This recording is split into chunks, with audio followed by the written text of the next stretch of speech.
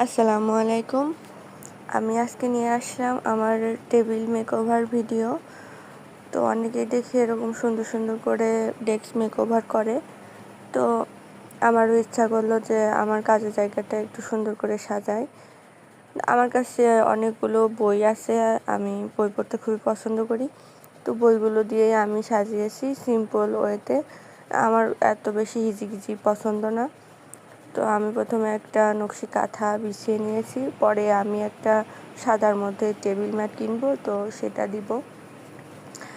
তারপরে যে আমার বইগুলো সাজানো হয়ে গেলে এই যে এখানে আমার একটা ঘড়ি ছিল, এটা আমার ছোটোবেলার একটা ঘড়ি।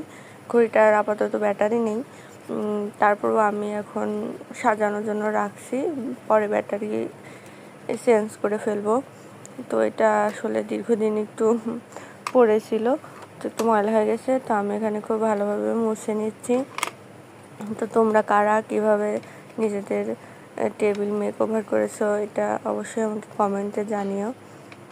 তো এই যে আমি এখানে খুব ভালোভাবে আমার এই সুন্দর ঘড়িটা ক্লিন করে নিচ্ছি। তো কারা কারা এরকম শুধু বই দিয়েই টেবিল গোছাইতে পছন্দ করো তারা অবশ্যই কমেন্ট করে জানাবা। এই যে আমি এখানে টিস্যু দিয়ে খুব ভালোভাবে মুছে নিলাম। তারপর আমার বাকি বইগুলো এই যে এখানে সাজিয়ে নিলাম। সবগুলো বই আমার খুব পছন্দের, সবই আমার পড়া। আমার আরও বই আছে, তো ওইগুলো আর কি এখানে রাখিনি, বেশি রাখলে হিজিবিজি লাগছিল। তো এই যে আমার ঘড়িটা দিয়ে নিলাম। তারপর আমার ছবি আঁকার কিছু তুলি রেখে দিলাম।